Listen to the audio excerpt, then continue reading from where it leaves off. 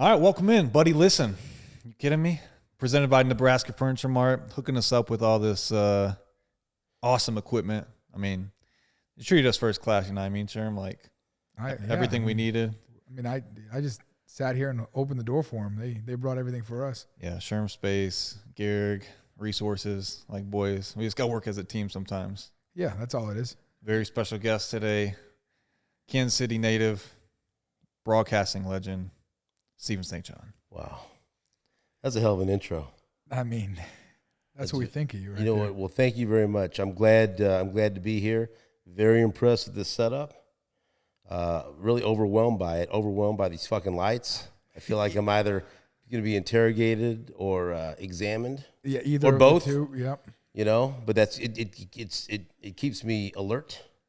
Yeah, You know? I mean, definitely wakes you up for sure. So I'm ready. You know, and I'm looking forward to being questioned. You know, usually I don't like being questioned in life, but usually I have to ask all the questions. So this is good. I'm glad. It's a nice switch up. I mean, normally, like you just said, you're the one asking us what's going on in the world, and we get to flip the script a little bit today. So it's going to be we'll see how it goes. I mean, see how interesting of a guy you are. Politically correct. No, that's the best part about this compared to other things. You can kind of really say what you want. Cuss. So I've cussed. Are you guys? I haven't heard. Oh you no, say I mean anything. we haven't. I haven't got into it yet. Okay, it will. But come you out. will. Oh yeah, East Coast will come out. Was it one of those things like, okay, all three of us, 1, 2, 3, and then I jumped, and you guys, no, buddy, fucking sit back there and just say, buddy, and don't, you know. No, once we get going and get a couple stories going, yeah, a couple words will come out. Who knows what it is? But that's what I want. We can say whatever we want, which is I want this shit to be dirty. That's why I think that's why we did this. We wanted to be on our own. I mean, we did the show by ourselves, and we were having fun with it, but it just didn't feel like us because there's a lot of rules. Yeah, I'm not rules meaning like there's some words that you can say that makes no sense, but then you can't say certain words like shit. Yeah, why can you say ass? You could say bitch. You could say bitch. You can say bitch, but you can't say fuck. I'll say son of a bitch on the air. Yeah. Now they get uncomfortable, but I do say that. I say ass. Can't say shit. Yeah, can't say fuck. Yeah, I don't get it. So was broadcasting when you're growing up, is that, I mean, we know you're a boxer, big time boxer growing up. Was broadcasting at the front of the list, or how did that come about? Oh man, that's a good question. So when I was always like 4 years old, 5 years old. I was a weird little kid. Used to read the sports page, right? And so I'd always go get the newspaper first and get the sports page out and just read it from back to front. And back when I was a kid, so I was born in '72, and like you said, a native Kansas Citian. I was born in the inner city of northeast neighborhood of Kansas City, Missouri.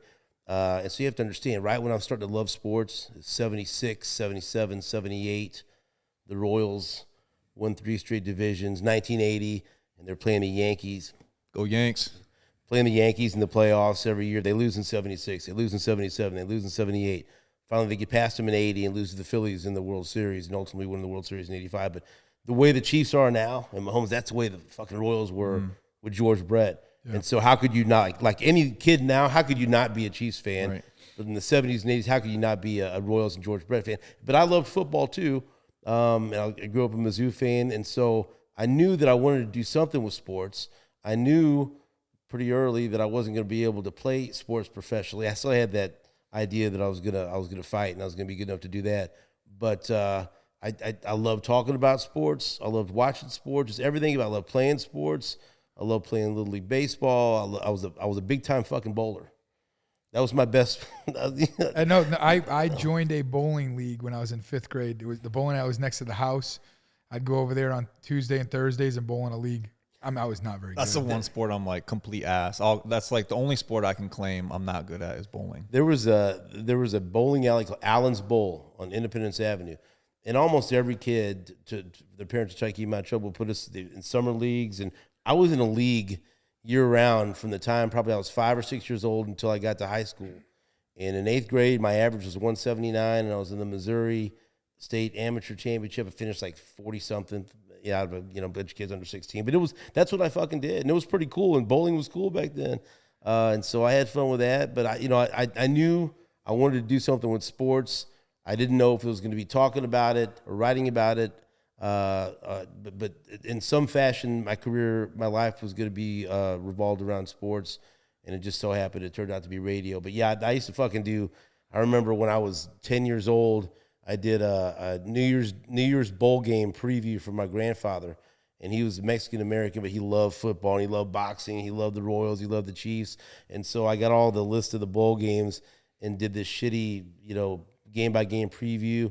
And I remember the theme song used was "Rocket" by Herbie Hancock. That instrument, bum bum bum bum bum bum bum bum, and welcome back to my New Year's. I was like 11, and then I think I played the going out. The outro music was "Jump" by Van Halen. Yeah, the whole fucking production. I was ready. I was David, and so he'd listen to it, but it was terrible, But I guess that was my first pick'em segment. And so and my mother was always really, in my head, like you could be in front of a camera. Well, maybe not with this fucking face, but you could be behind a microphone. See what the guests think after this episode. You were gonna do something, and so I got a lot of encouragement from my mother, and so I knew I wanted to do something. I just didn't know it was going to be doing a morning radio show. Did you go to school for broadcasting? So I went to, when I graduated St. Pius, I was number 79 out of 83 in my class. Not bad. Because I didn't give a shit. I gave no shits, which is just terrible. Sherman Sherman didn't graduate college, so. No, things are working out just fine for you. Right. But see, and so I had a tough time in high school because my uncle, who was a Kansas City, Kansas police officer, had ALS, Lou Gehrig's disease, and it was just a terrible time for my family. And my dad, when I was a senior in high school, was federally indicted, and he ended up going away to jail for about 9 years. And so that was all happening my senior year, and everyone fucking knew about it. His name was in the paper, and the people whispering behind your back. I said, teacher to give me shit about it. It was my senior year sucked, and so I didn't do shit. And so the year after high school, I didn't go to school, and I thought that wasn't going to be in my path until one time I got into a fight in a fucking parking lot at a Shoney's after we ate a breakfast bar about 2 a.m. It was Shoney's. Where's that at? Is that Kansas City? They're gone now, but there was just like it was kind of like a Bob Evans or like a whatever, something like that. And so I remember going home, and I had to cut over my eye and stuff. Clear I was in a fight, and my mom just fucking lost it on me. You're gonna fucking end up in jail like your dad. And so I had been dating a girl at the time that was a senior in high school. I just got out of high school, and she was getting ready to go away to school. And I thought, you know what? Fuck, I wish I was getting ready to go away to school. Then it hit me, man, I want to go to college. I want to try to pursue my education. And so I had a really high score on my ACT, even though I was shitty in the classroom. And so I got it. It was open admission to Missouri Western, where you guys had fucking training camp up in St. Joe. Go Cougs. But the Griffins. What the fuck are the Cougs? Where'd you get that Buddy, from? I went to elementary school today, and they were the Cougs. Oh. All right. Well, the Golden Griffins, baby. Let's go. Go Griffs. And so that's Go Griffs. Go Griffs. And so I went up there, and I got in their honors program because my ACT score was a disaster. But still, I went to college, and I saw an ad in a in the student newspaper looking for a sports columnist. And so I said, that sounds cool. I'd write about sports and get 3 credit hours for it. Went and did that. Was there for 2 years. Came back to Kansas City because to help take care of my uncle who had his condition had worsened. Transferred to UMKC, and I got hooked up there as the sports editor for the newspaper. And I was one of the team managers for the basketball team, and that helped me pay part of my tuition and everything else. And I took some internships at a couple of radio stations and newspapers. And so my degree was actually in English because they didn't have a journalism degree or broadcasting degree. But I took broadcasting class and creative writing and stuff like that. And through internships, I decided I wanted to be a newspaper writer. And I actually covered some sports for a local newspaper, high school sports, for a year or two. Realized that wasn't going to be it. And so a lot of shit happened to lead me to start doing a weekly boxing show on back then Sports Radio 1510. That was my first gig in radio through my connections in boxing, and it snowballed. And 25 years later, here I am. You've been doing 810 for 25 years. Oh yeah. So no, the first gig, like I said, was I fought in the Golden Gloves in '96 at Municipal Auditorium. What weight? I was heavyweight. but just a small heavyweight, But I could throw hands, but I get fucking hit a lot. I got no reach. I got no neck. I mean, you versus Sherman, you get it? You versus Sherman in your prime. Like, who's coming out on top? Oh, I have no idea. I'll give it to him. I'm gonna lean towards Sherman there. I have no idea. We can go behind the barn after this and see what's going on. Nope. This guy always wants to go behind the barn. Well, I'm surprised there's not an octagon set up somewhere around here. Just good idea. You just planted that. We should get a phone booth and see who makes out a phone booth. I lost in the finals, but then the promoter saw that I had a bunch of people, and that's all that matters in boxing and MMA, if you can sell tickets. So he said, if you ever think about going pro, let me know. And I said, well, I'm letting you know I want to go pro. And they did barroom boxing at the Beaumont Club, which was a country bar down in Westport. It's Char Bar now. Used to be Beaumont Club. And so once a month, they do Monday night fights, and they have the ring right in the middle, and there's an old school country bar where they had the bull over in the back and everything else. And so I got on the card, and I fought, and I won with the second round knockout. And as I got out of the ring, and this was after I had met my soon-to-be wife, and she was 5 months pregnant with my son Richie, my mom was there, and she said, and I just graduated from college because I fought in June of 96, graduated in May of 96 from UMKC. She said, you just graduated from college. You got a son on the way. That's your last fucking fight. And I looked there and said, you're right. Yes, it is. Yes, man. Because that's what, God rest her soul. That was, she was a huge influence in my life. And when she said something that, adamantly, I knew that she was right. And so, because I would have got hurt. I was I'd take 3 or 4 punches to give one, and mine wasn't good enough for that to be sustainable over any kind of career. I mean, I'd probably say he's probably the voice of A10 now. Yeah, I mean, no everyone question. knows Stephen St. John over anyone else. Yeah, I mean, I think that's. Well, that's very nice of you to say. I'm just saying we'll brag on you. I mean, I think that's the only reason me and Sherm continue to do the show after the season. We're like, as long as we're on with Stephen, like, we'll be good. Like, yeah, we'll hang out for sure. I mean, Nate, not a different story, but I mean, there's a reason why there's not. We have an extra chair. Yeah, right. You saw that. We just didn't ask Nate to come on. How long have you worked with Nate? So that would have been 2000. I think since 2007. And what is it about him that you think gels? I mean, you guys obviously gel off each other and work together well for. I mean, it's what is that? 15 years. Yeah. Doing anything for 15 years as a couple is pretty impressive. Speak to him on what person he is and how you guys really work together well. Honestly, he's one of the best people that I know. He's a great father. He's a great husband. He's a great friend. And he's one of those guys, we all have those people in our lives, if I call him and I need something, that he's going to do whatever he can to help you out. He's got a great heart. He's also very, as much shit as I give him, he's a very talented broadcaster. He did sidelines for KU football for a long time. He did play-by-play for KU women's basketball. He's one of the top soccer play-by-play men in the world right now. And he can do a morning show where, we talk about, testicular injuries and other things like that. And so he could do pretty much anything. But what's really important, I think, for our show is we understand our roles, and he knows when to step back and let me go. I know how to push buttons, and he knows how to push mine, but he also knows how to react. He's a great straight man when I want to be funny. He also has a great sense of humor, but he also understands the timing, because you got to be able to work as one, even though you're two different people. Mm-hmm. And he gets that, because I think one of the worst things in the world when you have two or three people on a show is when everyone's fighting for the microphone. Right. And everyone, no, I want to talk. No, I want to be the funny guy. No, I want to ask that question.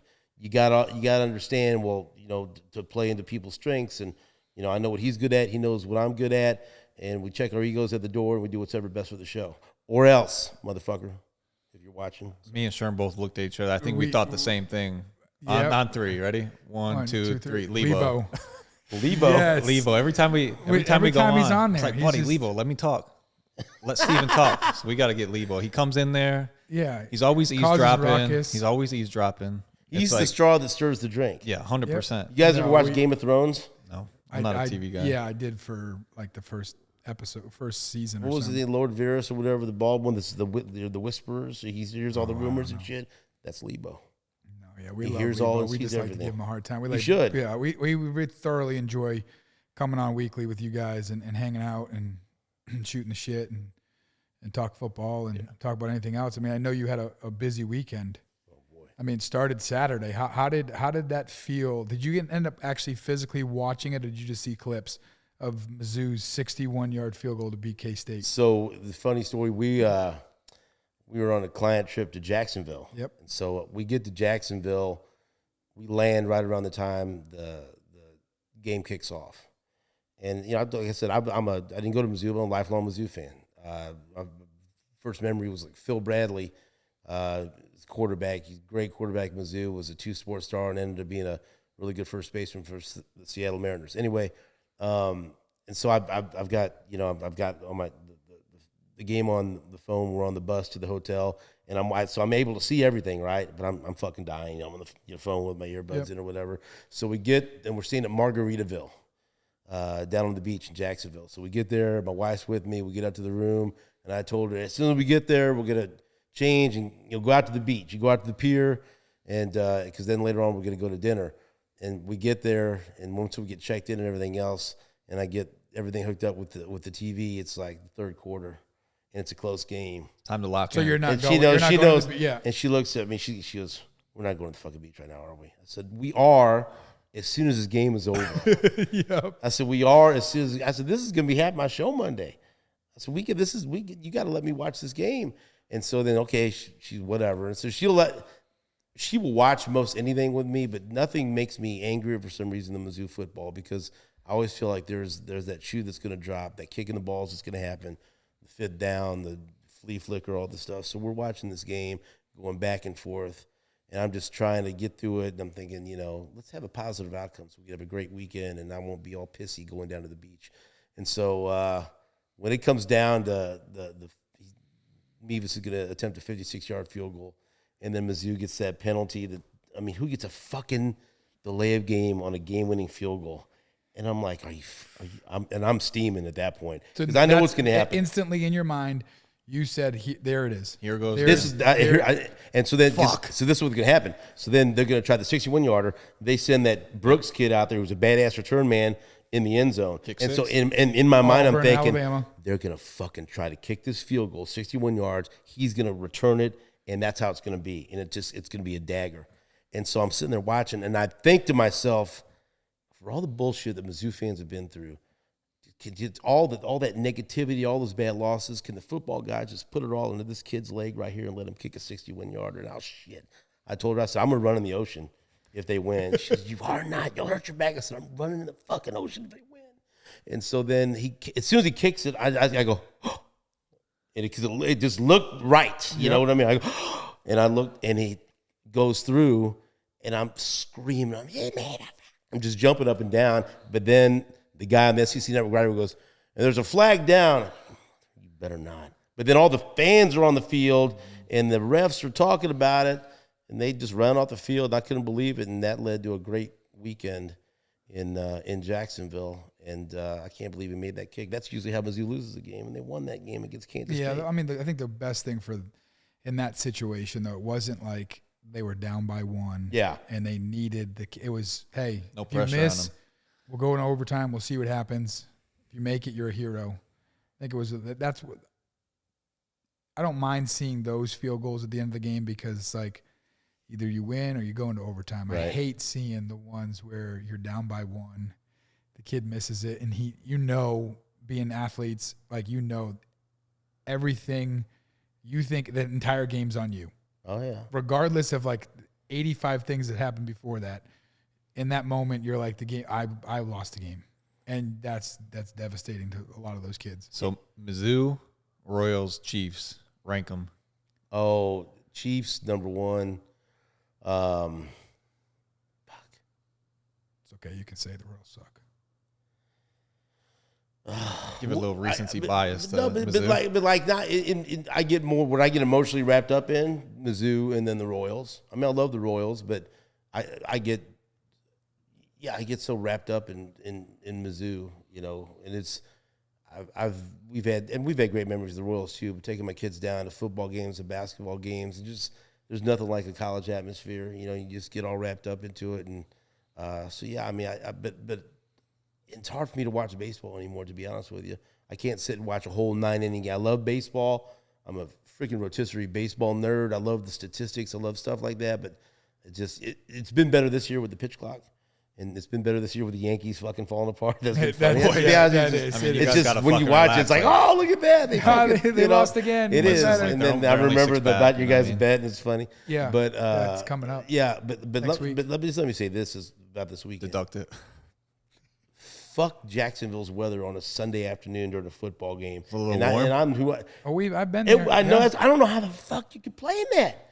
That was toasty. It's like a blanket smothering you. You're in the steam room. Yeah, you're in a steam room. I mean, especially sitting in the crowd, like around a bunch of people. That would be, I wouldn't eat. But it was brutal. It's almost like deer hunting. Deer season opened. Don't go out. I've done it before where I've gone out like the first couple nights of deer season, and it's been 90 and humid, and I'm sitting there in a blind in camo, and I'm like, why am I doing this? Our clothes were soaked by the end of the first quarter. Why didn't you get the pool tickets? Miserable. I told you to get in the pool. I think I would have had to get tested for some STDs if I got in that pool. I didn't. There were some things floating around. There were some things in there I didn't want to be at the hotel. Be like, hey, you guys have a good time. I'm gonna stay in the AC, watch it at the bar. But it ended up being good. I mean, it was a fun. Like I don't mind defensive battles, and so it was a fun game. But boy, it just felt like I was at a college game with it's like just a cheesy atmosphere and the game day presentation. It makes me. I do like doing it because it makes me appreciate Arrowhead even more. And being there, just appreciating the game day experience, the tailgating, and just it's like night and day. Jacksonville doesn't have the best fan base. I mean, they showed out for that playoff game they had last year, but I don't think that. I mean, you can see there's probably more. It was probably more red in that stadium than than whatever color they are, blue. Like one side was all red, but it makes you appreciate Arrowhead even more.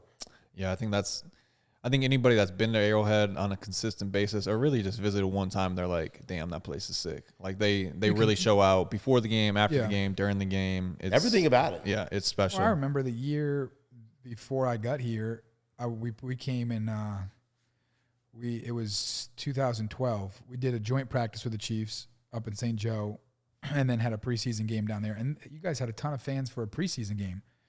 I was in Arizona. Yeah. We had to go silent count at home against the Steelers. That's how bad it was. We had no fans. No one's really born and raised in Arizona. Everyone's moved there, winter house, whatever. So you get all these people from the East Coast that move there. You play the Giants, Cowboys. Well, Cowboys travel good anyways, but you're doing silent count like you're on the road at your home stadium. It's crazy, but no, Arrowhead's awesome. The whole experience, the pregame, the fact that there's fucking people in line for that Thursday night game at 4:30 in the morning. That's wild shit, though. I wouldn't make it. I've never gone to that level. No, I wouldn't. There's no way, buddy. Like, think about how tired you would be after that day. There's not like you won't even be able to I'm make tired it to your just car. coaching Rex's football game this past weekend. Or 4:30, you're just sitting there tailgating, and you're like, damn. They tailgate. They have a whole full-on spread tailgate at 4:30. They wait until the doors open. They take everything apart, put it back in their car, go to their spot, unload everything, and then tailgate again. And see, now I've turned into my dad in the respect that, like, anytime we went anywhere when I was a kid, all my dad cared about was parking. Like, how easy, what kind of spot can I get? Yeah. How quick can I get out of this place? How convenient is this going to be? And so now, like, me and Lebo have devised, there's these pockets, these windows, we can kind of slide in after the initial rush of tailgaters and before the late arriving crowd. And so it's down to a science where we can get in, because I'm not trying to battle any crowds. I just want to get in the stadium and then get out, because I'm too old to jack with shit. I know. That's why I hate going downtown or the plaza or anything like that, because of the parking. I was going to say, when the Royals go downtown, that's going to be a pain in the ass. How easy is it just to go to the stadium, park? Yeah, but it's still easy. It's still way easier than going to Arrowhead. I mean, there's only at the most, if it's sold out, 40,000. They're not getting anywhere close to that. If they're losing 100 games, still it won't be that big of a pain in the ass. I'll be there tonight. You could probably get in and out. VIP parking tonight, yeah. Oh, I've done that before. You ever done that? Parked between the stadiums. That's the best. No, but I didn't have it. I had Barry Rubin, myself, and one other guy. We were going to the Royals game, and we had tickets. I don't know how. I think we got them from Billy Butler or whatever, and we didn't have the park over there. But I'm like, that's where it's at. That's right. You walk right in. I mean, we're going to that gate because Billy got us his tickets anyways. I'm like, hey, just act like we belong. Act like we belong. Don't look at anyone. Don't make eye contact. We just drove right through everything. We just drove right by the security guards waving to us, telling us to stop. He's got to give him that wave. You give him the two finger. Hey, we're good. Let me tell you. Pull the spot up and we're good. That's the key to Arrowhead. Act like you know where you're going. Like you're supposed to be. Like, I'm supposed to be there. Been coming there for 30 years, boys. And I'm good. They're not looking to stay because they got a lot. They got 30 other thousand people to deal with. They got people that really have to. No, I got to be up there. I got to be on the air. I've said that so many. I got to be on the air in 45 minutes. I don't have to be on the air for 2 days, but still, No let me in there. asked. That's exactly right. Because I say it with authority. But I tell you what, Kaufman Stadium be jumping on Saturday night, and I don't care if I get made fun of. I told you I'm old, but I'll be at Kaufman Stadium with Guns N' Roses and Alice in Chains. This Saturday? Let's go, concert man. there? Guns N' Roses. Yeah, they're This playing Saturday? Kaufman Stadium this Saturday night. Damn, I didn't know that. Sounds like fun. That'd be a good night. See, Gehrig needed Buddy, to want that. I'm not a fucking music guy. You can't roll Yeah, but Guns N' still Roses. better. Like, You know, I mean, Guns N' Roses yes, is classic. Classic. Couldn't name one song. Yes, you could. Name a Guns N' Roses song. I'm serious. I can't name. Like I could. If you played one, I'd probably be like, oh, okay, I know what you're talking about. He's But playing, isn't he? Is he exaggerating? He doesn't know one Guns N' Roses I'm not a song? music No, guy. he doesn't know. I don't know if he knows any of these. No, I'm definitely not a music guy. Do you want me to give you a title and see if you know it? I wouldn't know it, but if you played You a would song, know it. All right, go ahead. Welcome to the Jungle. Yeah, okay. All right, yeah, exactly. Sweet Child of Mine. Yeah, but yeah, okay. November Rain. Nope. Bullshit. Nope. Not by the name of it. I mean, if I heard it, I don't know. I'm not a music guy. But all right, so we go. How we met? Sherman looks disgusted. We come on the radio. I come on the radio in, I don't know, September of last year. And Matt Beasler introduced me. He's like, hey, these guys want you to come on. So I come on. You know, like when you first meet somebody, I feel like I'm kind of stiff. Like, what's the word? My wife is You still are. still shocked that you go on weekly and Yeah. talk on the radio It's like I and got have a podcast because no emotion. You've got nothing. You didn't mention our first interaction. You don't even remember it. It was Oh, my funnier God. than Yeah, shit, dude. though. You can go ahead and tell the story now that I remember. We were at opening day at Kaufman Stadium.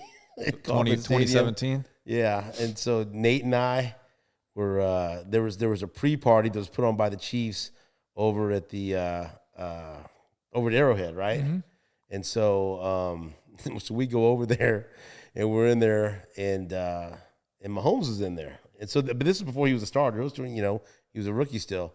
And so I told Ness, let's go get a picture with him. We'll post on the page and say, hey, because he had a powder blue, I think George Brett jersey on, right? And let me tell you, so that's the way you get into Kansas City's heart real quick. Oh, yeah. Throw on something to George Brett or Len Dawson, and you're fucking in, right? And so he had that George Brett jersey on, and so we went and took a quick picture and posted, and people went ape shit, right? But then you look at the picture, and here's this jerk. He's in the back with this photo. I'm like, Oh, like, yeah, right. Yeah, I but, I mean, like, Gehrig, listen. typical It was Gehrig. good though. We looked back at it and it was hilarious. And then Yeah, you're walking around the stadium, Right. and like you said, it was Pat's first year. He wasn't the starter. People knew him because he was obviously the first round pick. But you walk around the stadium, they start noticing. Everybody wants a picture. And this was after the game, I think. Was it after? that was before the game. On the way out, there was like 40, 45 more people asking for pictures on yeah. every Yeah, single because picture. he posted it Yeah. before he left the game. So So every single picture, I just pop my face Stamped in there. with Gary Dieter's approval. I mean, you got to do that. You know what I mean? That's Like, awesome. I'm undrafted. I got to make a name for myself somehow. Yeah, that's so- how you did it. But so Nate says he met you at some kind of board meeting or something. Yeah. And he's the one that approached you because he likes to take full credit for you coming to the show. So did that not happen? So I could throw that in his face? No, that did happen. So he did. Buddy, I got CT, you know what I mean? Like, So, but he approached you. So Yeah, what, did yeah, you yeah. tell me then? I shouldn't be asking questions, but what did you think of that little guy coming up to you and talking to you like that? Were you like, oh, I think I man. told you guys last week, it was like, this guy comes up to me. He's like, and I know what, I don't even know of him really. He came up to me. We're in the same meeting for a charity event. And he's like, hey, you want to come have barbecue at my house? I'm like, what? Did he really? Yeah, he's like, he's like, I'm really getting into smoking meat. And I'm like, bro, I'm like, yeah. That could be taken in so many different ways. I'm like, you gotta watch it. You don't know. yeah, I'll come over, blah, blah, blah. So like I don't think anything of it. And then I think Beasler the week after was like, hey, do you want to go on the show? They want you on. So I go on, have a lot of fun, and then like a month later, I get Sherman. What was your first impression in getting that I guy only went on because I wanted to hang out with Steven. No, that's a lie because I asked you to come on. But now you go on to hang out with Steven. Yeah, now I don't even need you there. I can run the show. I mean, yeah, that's true. That's But like first impression, this guy comes on. I mean, you know of him from his playing career. What do you think of his broadcasting game, his radio personality? See, I thought he would have a good personality, a good sense of humor, because every year at training camp, one of the highlights would be what this guy was going to show up, what he was going to be wearing, right? Prima donna, And yeah. So yeah, but but I thought okay, he gets it. He's playing into it. He's having fun with it, and so that's what I expected. And you pretty much you've been what I thought you'd be. But that one, I will tell you that what was it? You were pissed off about something. Because remember, I was doing the show from home because I had back surgery, and there was something that was said that pissed you off, and you walked up, and you act like you were mad the first time you came in there. I can't remember what it was. Oh, it was you getting away in my truck. Oh, that's right. That's exactly right. When we told the story about that. Yeah, he was a part of it. Yeah. I had no idea. I mean, I literally the text or the phone call I had. He's like, "Yeah, we've been on radio, national radio, local radio all day, telling how awesome you are about giving your truck away." I'm like, I have no idea, like, who we talked to. I don't know how we got. Matt Light was involved, and then LaRoche texted me. He goes, "Hey, give me a call. I got an idea for your, I want to come on your show." And I said, "Yeah, that'd be great." Oh, Anthony Sherman's what a great fucking guy. Let me promote this as much as I can. Yeah, perfect. And we pounded that shit so much. Oh, Anthony Sherman giving away his truck. Can you believe this? What a guy! Just a great American. Yeah, it's a great American. That's exactly right. That's what was said. And so that was our first interaction. You act like you were pissed off about that, but no, hey, look, we have an opportunity to interview a lot of former players, a lot of former athletes, and hey, some are pricks, some are good guys. Some get it, and some, are fun to be around. But you guys have been great, and so that's and trust me, the same thing that it goes both ways. I wouldn't want to have you on the show if you guys weren't into it and didn't enjoy it, and didn't seem to be engaged with it. And so that's why I always look forward to Thursday, because also too, it's not all it doesn't. And just like my show, I don't want to sit and talk about sports over and over again. We're gonna have fun. We're gonna jack around. We're gonna. I'll take a shot at Nate. I know that's going to happen every Thursday, so I look forward to it. Yeah, how do you – obviously your guys' show is built on the reoccurring guests. How do you maintain those relationships, like the Buster Onlys of the world? You have so many awesome guests that come on, have been coming on. Know how he gets Buster on this show. I've heard it, but like, I mean, we listen to the show. Buster. We listen to the show every single week, and it's like this guy's got so many people that come on and want to come on and have a good attitude about coming on the show. What is it about you guys that people are drawn to? So I think it's very important, like especially now. I think when you watch ESPN or whatever national sports, FS1, a lot of it's based on debate and fake debate. You can tell, before the show, hey, you're going to take this side, you're going to take that side, and we're going to yell at each other for 30 minutes, or we're going to yell at our guests and debate with our guests. And I just get turned off by that a lot because I know what I don't know, right? And I know what I know. And so when I have a guest on the show, I have a guest on that has an expertise in a certain field. Clearly, they know more about that. Buster knows more about baseball than I do. You guys know more about football than I do. And I think it would be ridiculous if I had guests on and I wanted to continually argue with them and disagree with them and challenge them when it wasn't necessary. Like, for instance, like Jeff Chadilla from NFL Network and NFL.com, he's great, and we'll debate back and forth when we generally don't agree about something. But he comes from from a position of knowledge, and he understands football. He played football, but he also is not just going to say what Chiefs fans want him to say, and that irritates people, and I'll kind of stick up for the Chiefs, but we'll go back and forth. But it's always honest debate. And so I never like when a host is tries to show or tries to prove that he knows more than the guest. Why do you have the guest on if you know everything? And so I like to have people on that have good opinions, strong opinions, and let them demonstrate what they know and hopefully give the listeners something that that's worthwhile, that's worth the time that they spend listening to the show. Have you ever had a very bad take or bad opinion where every Chiefs fan or Royals or whatever fan in town just got on your ass all day long? Oh, let's talk about your own. I mean, you had one this past week. Yeah, I know, buddy. Like, did you know about this? The Sky Moore thing? Yeah. Yeah, I saw it. They're coming after. And I'm like, They didn't like that. I didn't even like. All you said was you don't know why people bought into the hype last year. Like, he's a second round pick. Yeah. Are you happy with him being a second round pick? I don't think he's a second round pick. And for me, and what I said So is, far is in at his the career. time, I know, and you guys know this, we just look at stats Yeah. and we look at, what a guy could do on the football field, but that's not everything that goes into picking a player or signing a player. He's got to fit as far as personality. You could bring in a prick that could be, that could disrupt the locker room. And so I've just said that from a football perspective, I would have picked George Pickens. And they had a chance to stay where they were and take George Pickens, who, by the way, had 120-some yards and a 71-yard touchdown last night. Explosive. But I also understand that he's got issues that some people don't like him, and he's got issues on and off the field or whatever, personality issues, whatever. And so I know chemistry is important and everything else, but people give me shit about that still, but Pickens is a really good receiver. Like I don't know. That's I why I don't know what felt he's like in the last locker week. room. I'm like, it wasn't what I said wasn't even that bad. I'm Don't like, be afraid. Don't say what you mean, man.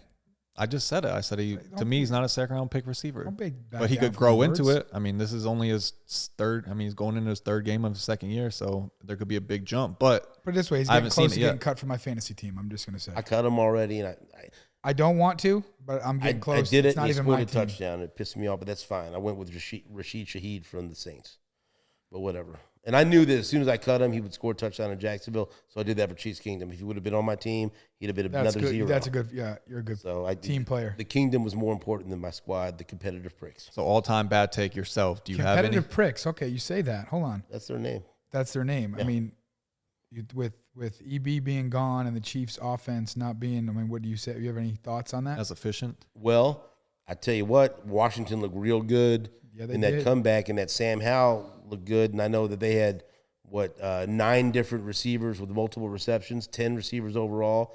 That reminds me of something, And they were able to run the ball 5+ yards a carry. And Sam Howell, he looks good. He looks good. That offense looks good. I was asking that question today on the show. We've seen the Chiefs. What's been kind of uncharacteristic so far? A lot of mistakes, a lot of penalties, some sloppy ball. And to me, I've talked to enough people, talking to you guys, it feels like EB was the guy that held everyone Stickler. accountable. And if you make a mistake, that's who you don't want to fucking walk towards on the side. We try to avoid him, and and so, I mean, you guys would answer the question better than me. You think the Chiefs would miss him a little bit? Yeah. I mean, don't get me wrong. I love Nagy. I think Nagy's an awesome OC. I think he'll be just fine.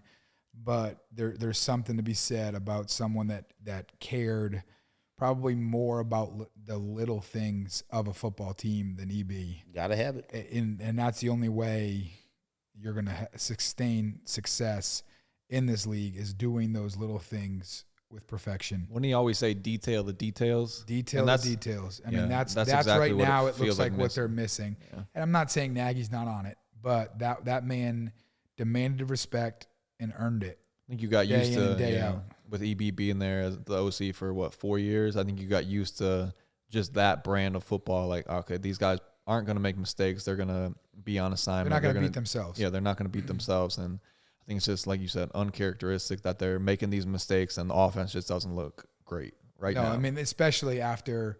I mean, honestly, I mean, I know Sam Howell's new this year to starting for them, but I mean that team's looks good right now.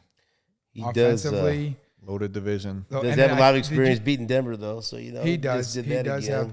But did you see the clip with the Brissett like right behind EB and he kind of gave him one of the hands? I've been there. He's probably telling him about a situation or something that EB's not aware of, and then he's just like EB's giving the handout. Yeah, because Brissett's like right here, and there's a clip on Twitter on it. He's right here, and he kind of gave him like stop, no, and people were making a joke saying like he wants to go in. They were down 21-3. But I've been there. I stood too close to EB too many times, and I would yell something. He'd be like, "Will you shut the fuck up?" And I'm like, "Yeah, dude, I'm in the game." He's like, no, you're not. Just sit your ass right there. Maybe that's what they need. But I mean, hey, Yeah. I was like, you're right. I'll shut up. Yeah, we'll see how the. I'd say like let's give it half a season and let's kind of reevaluate. You never want to make early predictions, but No, but I'm so saying far, right as of right now, not looking great. How come everyone's so surprised he's on the radio? Like you said, your wife is. They just he doesn't talk. He doesn't talk at all. It depends on who I'm with. No, now we can get it out of him. Like, I mean, I'll talk to him every day. But like when he's like in a group or around people he doesn't know really well, he won't talk. It's strong silent time. Yeah. He'll So just, okay, yeah, like just give you one of those. And you're like, yeah. We've been together, we've hung out a bunch, and she's like, he doesn't really talk much. And I said, he's shy when he doesn't really want to talk to anyone or doesn't know the people. He just won't talk. So then, what were your first impressions that first day when you walked in to do the show? Because you didn't have him by your side, you were solo, man. Yeah, but that's like when you walk in, you're not really comfortable. Like now, I'm comfortable enough in the studio where I can like kind of say more what I mean. I think when I first got there, it was like, all right, I got to say the right things. I was still in like the football mode where, like if I say something wrong, like Ted or Brad might Ted get Cruz on would me. be on your ass. Brad G would be on your ass. But now I'm like, all right, fuck it. Like, let me just say how I feel. And sometimes Chiefs fans, they're passionate. They're very passionate's the right word. They're just passionate about their players, and they just don't like when anything bad is said. When sometimes it's the truth, and the truth hurts. So, do you hear from any of your former teammates that listen to him on the radio and think, I can't believe this guy's on the fucking radio? He never said nothing. No, it's more so with him. They can't believe you're on the radio. Yeah, when we went to practice, they're like, Sherm's on the radio. Sherm's a media guy now. Like, would have never fucking thought. I'm not really a media buddy. guy. You're a media guy. You're on the radio insight. once a week. He says you're a media guy. Hey, he's breaking news. Remember that 2 weeks ago? You did break news. Hey, and that thing was viral. I was right. We played the breaking news siren, and it worked, and it was right. I was right. You're 1 for 1. 1 for 1. No, I mean media guy. No, but I was media guy because I didn't care for the media when I was there. Why not? You don't like guys like Steven? Let's get into this. Come on. No, it was never Steven. I mean, you both know who I'm talking about. Say it. No, I'm not going to say it here because it could ruin relationships. I know who you're talking about, but I'm not going to. But I know. Yeah. So, no, I think a lot of it's like you guys are not Nate. No, it's not Nate. You guys are different because you're not giving. Like you're just giving you're just guys who are just bullshitting back and forth. Right. They're not acting like they actually. They're not acting like they know. Like you've said it multiple times. I'm like, I don't have no idea, but like the way I look at it is this could be it. Well, I hate the guys that have never fucking played a snap. That's sitting there and try to tell you, like a lot of times the announcers are like, oh, they just had this conversation. Like you have no fucking idea what kind of conversation they had. There was some, that's a offensive line's fault for the blitz pickup. We're telling it's like, do you know what the blitz call was? He could have mic'd over there, and then he slid this way because that's where he's supposed to go, and it has nothing to do with it. Like I don't like when they just make things up. They say it with their chest and definitively, and then the people like roll with it, and you're like, you have no idea what the hell is going on. There was you guys know Mark Bowrichter. He comes on the show on Tuesdays. Yeah. I can't remember who it was, but there was. So it's very popular now for people that have, YouTube or podcast, and or whatever. It's called the show. It's a show. They'll do their own. They'll do their own film study, and they'll and they don't quite know what they're talking about, and they don't know what they're looking at or whatever. And so this guy that has a little bit of a following on X on Twitter, Bo Richter was tweeting out about something about a route that a receiver ran, and Bo Richter was a receiver in the NFL, so I think he kind of knows what he's talking about. Yeah, he'd have a pretty good guy, and this guy tweets at him, it starts dressing down what he said and trying to correct him about something that Mark Bowrichter knows exactly what it's about. And I'm looking at it, I'm dying laughing because this guy, no, that's not right. What you needed, what we're trying to do against his own defense or whatever it was, he was correcting him, and then at the same time. Bowrichter texted me, can you believe this? But it's somewhat offensive. Now, look, we get on the air and second guess calls, but we speak from a perspective of people that watch football. Yeah, that just have opinions and things like that. But it's when guys, I know what you're talking about. Just they're telling you, no, this is what happened, and they don't really know because how can you know? Or like, well, who knew what's said on the sideline, or you have sources, you have people that you trust that give you an idea. But I get totally what you're saying. But they're coming after Gary Dieter about the Sky Moore thing. I tell you what, they pinned their ears back and they're coming after him. Well, and half of them, I mean, like. Do you think it's warranted? Do you think he was too hard on Sky Moore? No, but I think you told me one of them. Some dude was like, "Oh, he had more yards in this game than your career." It's like, buddy, he had. Well, no, hold on. Yeah, he might have had more yards than you in your career, but the fact that you had a fucking career in the NFL and this dude has probably not played a lick since 8th grade football. That's where I'm like, buddy, just sit behind your computer and shut your mouth before things get ugly. And that guy he has 810 on his tag as a freelance. He does not work for Sports Radio 810. I was going to ask. We were coming in there hot. He worked there, several years ago as a part-time guy running the board. He has nothing to do with it. I don't even want to give him any spotlight, dude. No, that's what I'm not saying. No, but what I mean is like there's a lot of slappies out there that think they know what they're talking about, and if somebody that has played the game and gives an honest opinion or honest take, you can't. Like, have buddy, those. That's just my. That's how I feel. I mean, we can argue back and forth, but don't fucking bring up like I know I didn't do fucking really anything stat wise in the NFL, but buddy, like I played for 5 years. You vested? Yeah, buddy. Like, then right there. Yeah, I'm good. That's it right there. That's what you got to do. I'm happy. Yeah, I'm happy in life. Yeah, exactly. You do. Everything's looking up. Look at this show. You got this show. I'm a pickleball player. Lights? I'm a pickleball player. You can't say you're a pickleball player. Did you ask him about what happened at the Tournament? Volley Llama? Did Nate talk me up? Did he bring it up? Nate hasn't brought anything up yet. All right. Well, we'll save did he that. say? We'll save it for the show. Did you win? No, we he lost didn't the win. championship. He talks a big game. He's never won a tournament since he's Who'd been you on the lose show.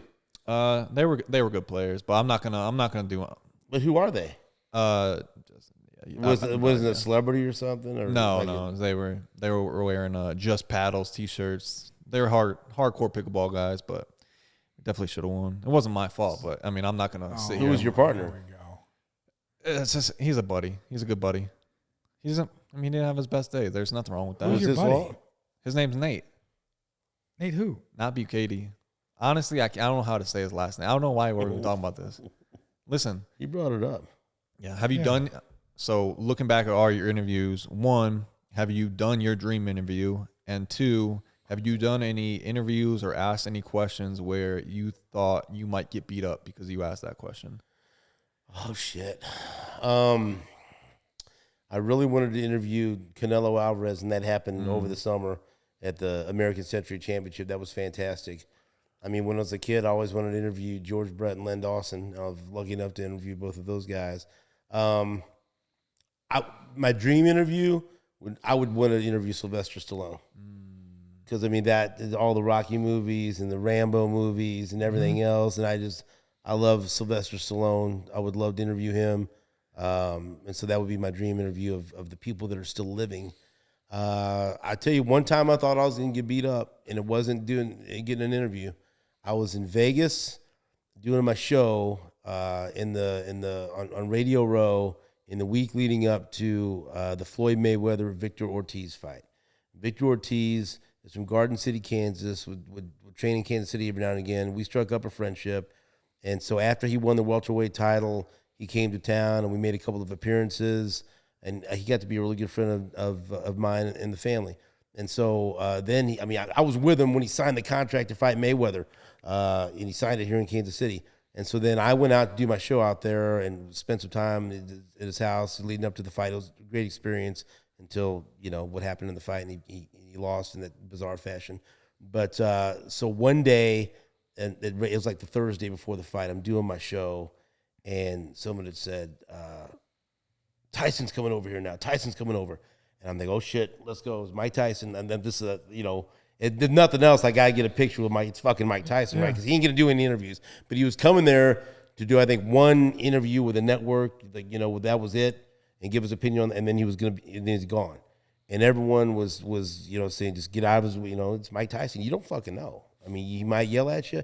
There's been a story that he got asked the wrong question in an interview, and he stabbed a reporter with a fork in his hand. Beat those guys up on the plane too, right? Yeah. When they were jacking with him, there was an interview when someone brought up him going to jail, and he got threatened to beat the shit out of that because it's Mike Tyson, right? And so he comes in there with his entourage, and I didn't know, they hadn't said that don't go ask him for pictures. Do not ask him for a fucking picture or an autograph.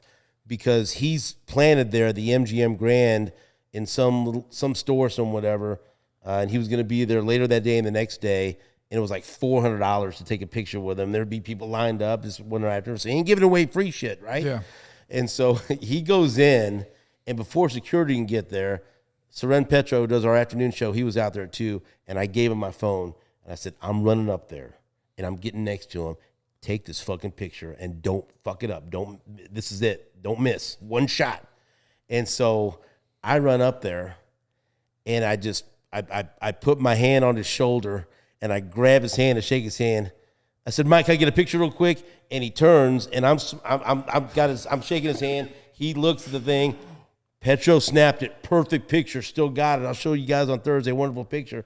But then after he takes a picture, he's got my fucking hand, and he starts squeezing my fucking hand, and it fucking hurts, and he's got a hold of it, and he ain't letting go. And he goes, I said no fucking pictures, and he still got my hand. And in my mind, I'm thinking, I'm dead. He's breaking my fucking hand. There's nothing. What am I gonna do? You know, Give him a quick one. I'm kind of thinking, run. but then I'm thinking, break it, Mike, so that I can fucking sue you're you. golden Whatever. gloves. Whatever. That's true. But it's Tyson. He's got a hold of me, right? He's got a hold of me, and he squeezes my fucker, and then he lets go. And I'll get thanks for the pic, Mike, and I'm gone. Right? Yeah. And then he's screaming again, well, I fucking told you guys no pictures, and just going fucking ape shit.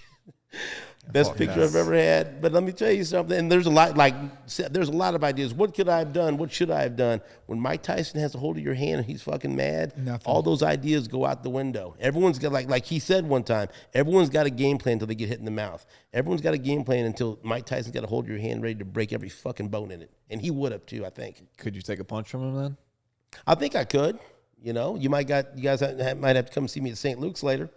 But I think I could take a punch. But I mean, you could take one. Golden yeah, gloves, buddy. I might take Golden a couple. gloves. I don't know. No, just don't hit me in the stomach. Give him one back. That's my soft could give him underbelly one now. back. I'll throw hands with him. Yeah, I mean, it won't be great, but like you could. It wouldn't be great, and I'd lose, and I'd get knocked out in devastating fashion. But I'd go out on my shield. You always have it. That's always why. Say, hey, I got knocked out by Mike Tyson. But that's why I would not have been a good fighter, because I had no reach, and I was willing to get in these. My shelf life was very short, like me. Well, ain't nothing wrong with that. There's some NBA. I think what was his name? Some NBA player, former NBA player, is calling out saying that he could beat up John Jones. No, he's a 6'8", small forward, 6'8", 215. Thinks he. Some of these dudes just Doesn't get a little matter. too I'm excited. like, bro. That's like when I brought up, I remember McCole, I think it was McCole, Tyreek, and D-Rob. 3-on-1 versus Khabib. No. I'm like, bro, do you guys realize once he gets hands on one of you, it's over for one of you? He grew up wrestling bears. And then he's going to go to the next guy and probably kill you. And then go to the next guy, and it's one-on-one. Buddy, you don't want that. That's like one-on-one with me. And there's like nothing you could do to him to hurt him. What did he just throw that in there? Yeah. There's nothing you could do to hurt him. No. You know? I'd actually pay money to see that though. What? Those three fight him. Yeah, I mean, nowadays. I'd actually like to throw you in the ring too.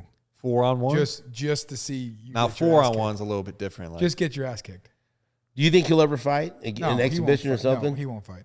Ever. He knows I can make it happen. I know he so won't quick do with it. just a phone call. Unless it's a charity event, like and he's fighting Nate, then maybe that would work. I would fight Sherman. See, this is what he How always would you says. fight me? Why do you? Because want to I'd fight beat him? your ass. You know what I mean? What kind of fight are we talking about? Whatever. I mean, UFC. I'm going to get you to the ground, and it's going to be over. Let's say it's okay. Not boxing. It's 3-round boxing. Guns and no, hoses, dude, boxing. I'm not into boxing. You're not gonna box. No, I here? mean I could take a hit. He's not going to hit. No, Buddy, you're scared. That's too much. I need to get on the. I'm more of a ground and pound. Like So you have to have grappling involved. I need to get him picked up, body slammed. But Sherm thinks he could it's like if we made this and we did this like next year, he thinks he could just go the whole year and like I would go do some like classes. Like, buddy, I would smoke your ass. Is that what he says? He will prepare, but you won't. 145 pounds. Don't ever disrespect me like that, buddy. Been 215 for 10 years. That's cute. Just know I whoop your ass. Oh, I feel so bad for you. You're so stupid. You're just my little boy sometimes, man. I really appreciate you. you. Get out of my house. This is my studio. Do you guys ever want to spar? I can get that set up as well. No, I'd love to see Gehrig spar someone that actually knows how to fight. I want to spar you. No, you don't. No, you don't. I do, and it's gonna happen. No, you don't want to see that. Who do you think would honestly win sparring, boxing? What's He sounds scared. But you're like reluctant. You say, I'm not going to box. There's no reason to. But what if you had to, like for charity, or what you had to just to prove yourself? I mean, I would knock him out. So that just asks you knock him out. I would knock him out. What if we had like 12-ounce gloves? Or you still knock him out, I mean, I could use the 12-ounce gloves. He couldn't. They'd be too heavy for him. right? Wow. This guy's fucking crazy, but like, it's all right. You don't think his speed, his footwork, athleticism, or the length with his jab would matter? Buddy, You would just knock him out. I'm in here every day throwing up 120s. Like, you don't think that thing's coming? That thing's. Buddy, whose the fucking 120s are they? What does that have to do with anything? I'm still throwing That's them my up. fucking gym. I know that, and that's why I have that advantage. I'm in your own house, lifting your own weights, buddy. All I have to do is change the code on the door, and you don't get to come in anymore. He's scared. It's all right. I mean, he talks this big shit. Like I'm opening my house to you to let you work out. And I'm very appreciative, and I love well, guess working what? out Now here. there's going to be a drop off box. You better. Is he here every day? Almost every day, yeah. And the only days he's not is probably The been up weekends. all night. Throwing up these 120s? Yeah. Not every day throwing up the 120s, but he got him up. days. Do you ever work out with him? We used to. He decides to come at this 5 o'clock in the morning. I have three. Bullshit. I have 3 kids, so Yeah, he's at a different stage of life. So like my 3 kids are at school. Yeah. His are not. yeah. So he's Totally got to get it on the in way. before they get up. Would you say, speaking of kids, obviously you have a great family. You're very involved. What's your coaching style like? You coach your daughter's basketball team. Highly motivational. I give several fire and brimstone speeches. Not very good when it comes to the X's and O's. We ran a full court pressure defense. And so what I try to get out of them, most importantly, all kidding aside, is I always wanted them to give max effort. And I'd always tell them, the scoreboard will take care of itself. You play defense, you don't back down from nobody, and you give everything you got. I always give the speech because they knew I used to box back in the day. I said, look, you got 5 players out there on the court, be like 5 fingers on your hand. I go into the ring when I was a boxer, said nothing, slap somebody, whatever else, put those 5 together, make it into a fist, you could knock anyone out. 5 players together on the court at the same time could be powerful, and you could knock out Goliath because you're David, and I believe in you, and I love in you. Now you go out there and you beat the hell out of these other 7th grade girls. Let's go. Let's go. Run through a fucking wall for me, twins. That's that. the type of speech, except for the F-bomb. But I'd motivate, but then it was time like, what do we do against this defense? Like, fuck, I don't know. Go try. Go make a shot. Kind of got me fired up right now, buddy. Shoot the ball. You know what I mean? About to go But to that practice, I was a motivator. My team was going to practice here in a little bit. My team was going to be in shape, and my team was going to out-effort the other You team. can give them that speech when you get to practice today. I might have to. You ever want to bring me in, I'll talk to those kids. I'll get those kids ready to run through any wall you got in front of them. 9U football team. You want to talk about defensive fest the other day. Let's go. 12-8. Final score, Team Freedom with the W. Sounds like the Chiefs, buddy. 12-8. Hey, They're a defensive team now. score. Don't give up. That's it. I like that. I'm going to tell you what. I thought you guys were going to try to dig deeper into some shit with me. I'm kind of glad that I didn't have to So go into the vault. it's only your first time on. I got some dark shit I can talk about. Oh yeah, we got. You know? I mean, we'll get there. Not now, because Oh, you've got to go with That- you got a softball. There's a game. softball game I'm going to go to. I'm going to go see the St. Pius JV team and see my daughter play somewhere in the outfield. And, they move her around. Why don't you tell Steven like what happened? You can't come to a football game that we've been talking to for. Well, I was going to tell him About on 2 Thursday, months. but yeah, I mean, I forgot the Yankees are in town, and I have had this planned as long as probably before that we had this football game planned. Not true, but continue. Yes, I have.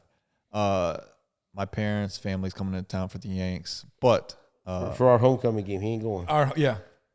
Anthony's going to be there. It was going to be our homecoming, though. We were coming home together as friends, as a family.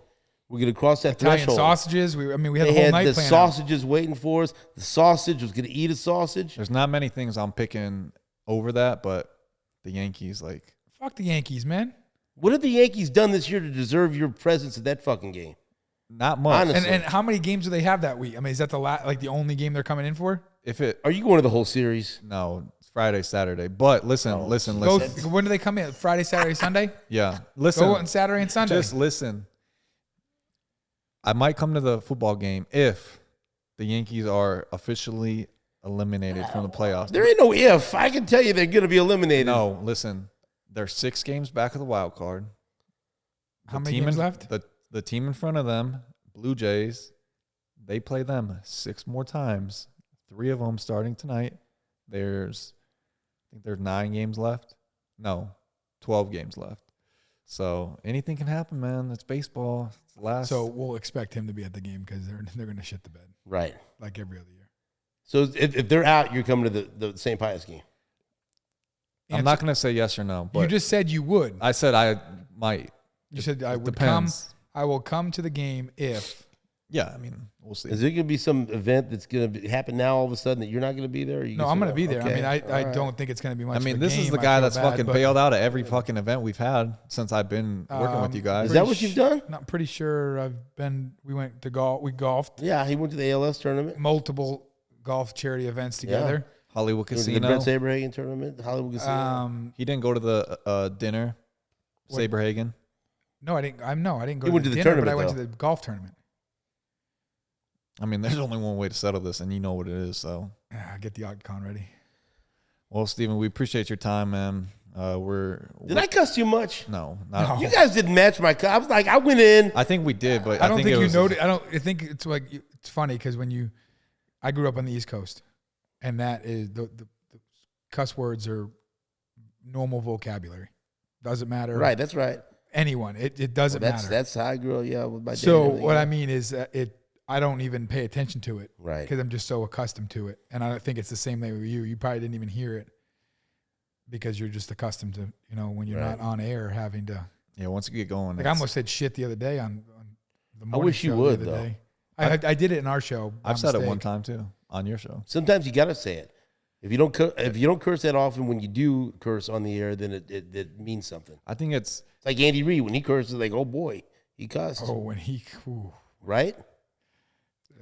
redhead comes out when he's cussed. I've been there. I've seen that at training camp, and you know what's coming after this.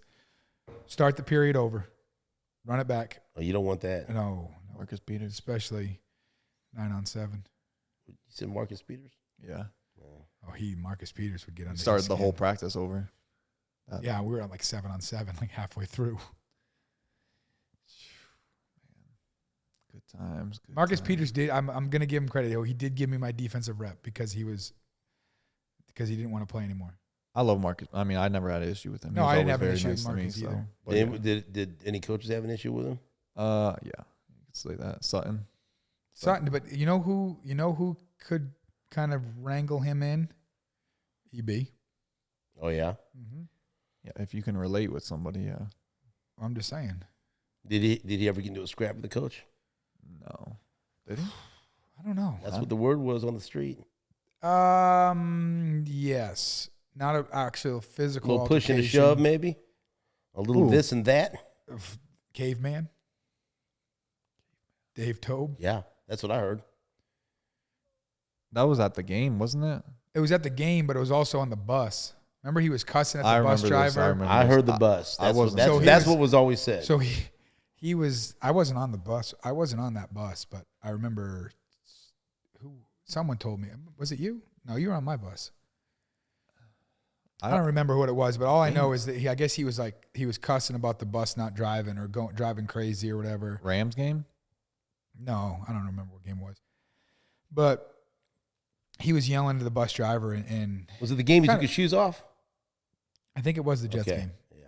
And it was the Jets or Giants. I think we played. It was the Jets, I believe. I'm not sure what game. We played them back to back, I think, weeks. Yeah, it was one of those games. And Tobe stood up and was like, just shut the fuck up and sit down.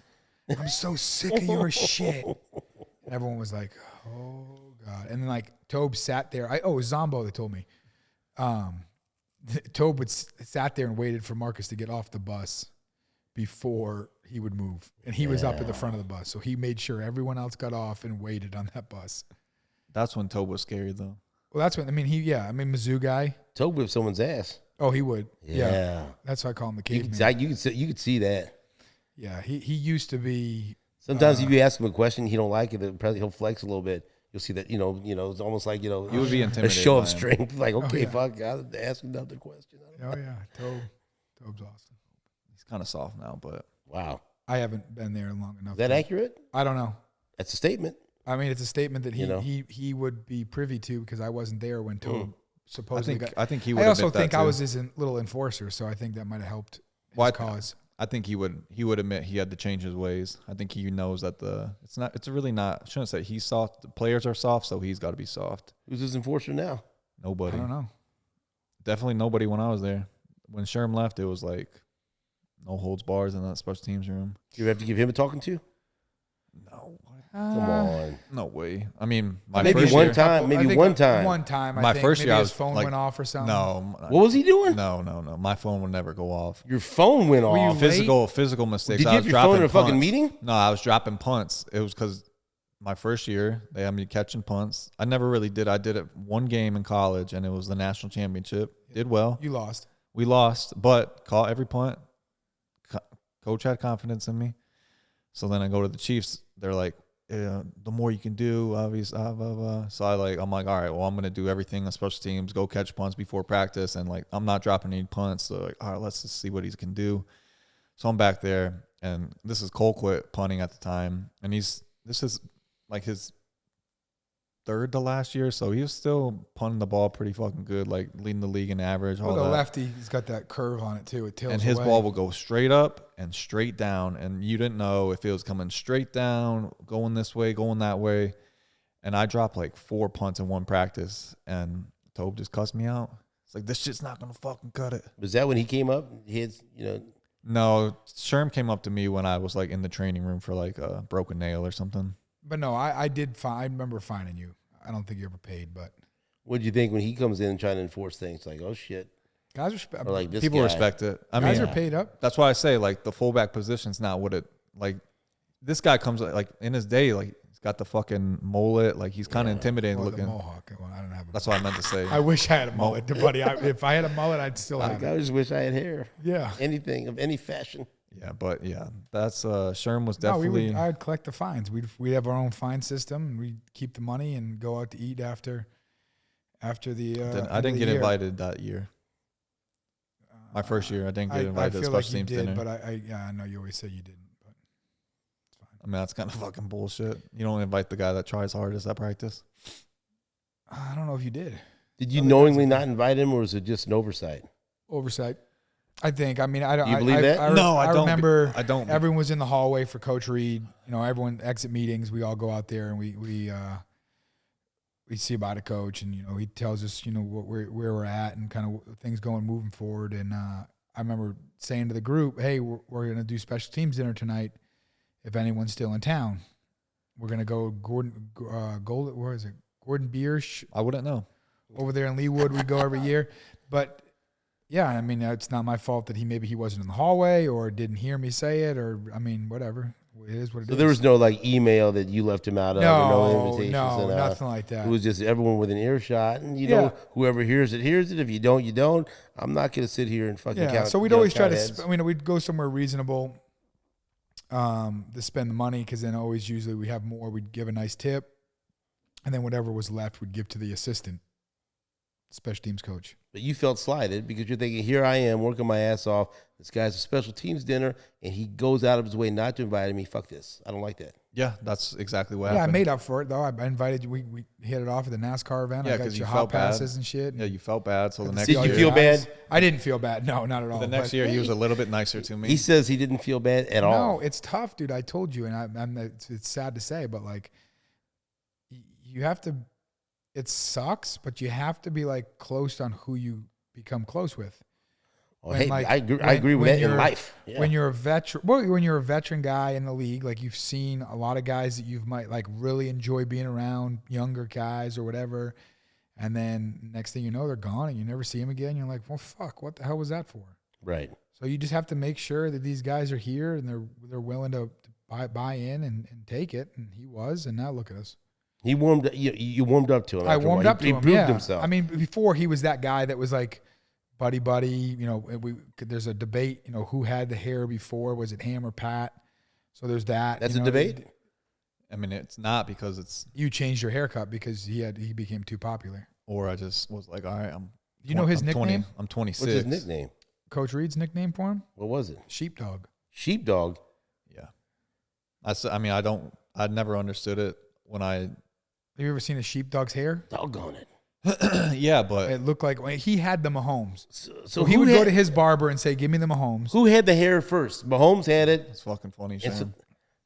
I'm trying to get to the bottom of this for the people. So Right. Mahomes had this hair, and he goes to the barber and said, "Give me the Mahomes." They both had the same. I Such like the bullshit. I like the bullshit Shut with him the now. fuck They up. both had the Did same he take style a picture haircut. and he goes, "Give me this"? I think so. No, buddy, listen.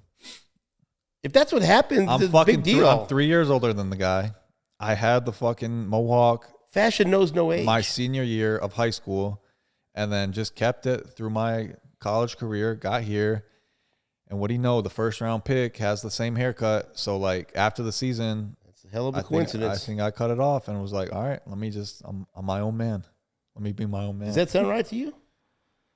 Yeah, I think that's what Okay, happened. But all the right. way it looked, and he'd sit back there in the meetings, it looked like a sheepdog, like the actual dog with the hair. It was Well, like blonde. It was you look up like poofy what and fluffy. sheepdog means, so it's like a protector. You know what I mean? So No, I trust me. I know. There's 3 types. so of I people think in that's this world. why I'm named Sheepdog. Like I'm the protector of my guys. Is that why Andy Reid called the sheepdog? He's a No, protector it's of not. men? It's not. No. It's not. At You don't all, know but- that though. but I do know that. I'll bring it up. I'll say, Coach, sheepdog has a couple meanings. What I interpreted you gave me the nickname is because I was a protector of the guys. Like He would I'm- laugh. He I'm would the give you. guy. He would give you that laugh. I'm the guy to like make sure everybody's doing what they're doing, staying in line. Like the receivers were a little crazy, but like Buddy, you hey, you were a fucking instigator of the whole group. the sheepdog's there. Like the Yeah, sheepdog's but you gonna were the take care of everybody. instigator. I You was. and G. Lou Yes, 100%. instigated the whole everything. Yeah, 1,000%. But you got to have that guy too. Like there's a good balance. Yeah. All right. Well, I think we're done. I think we're well over our time here. Yeah. Well, we appreciate it. We'll We'll see you Thursday. see you in a couple days, man. I want to be like Don Rickles was on Johnny Carson. I want to be a recurring guest to come in from Yes. time to time. We would absolutely love that. All right? Once a month, or you want Once more? a month, fuck. Once a month, that's great. You know, I got a lot of shit to say, Come on. you know? And I want to say it with you guys. We bonded here. This was something special. You guys saw something on camera. It happened together. It's organic. I can't explain it, but I feel it, and it's here for you to see. It's a gift. There it is. Well, we appreciate your presence. Thank you. And you're a great man. Thank both of you.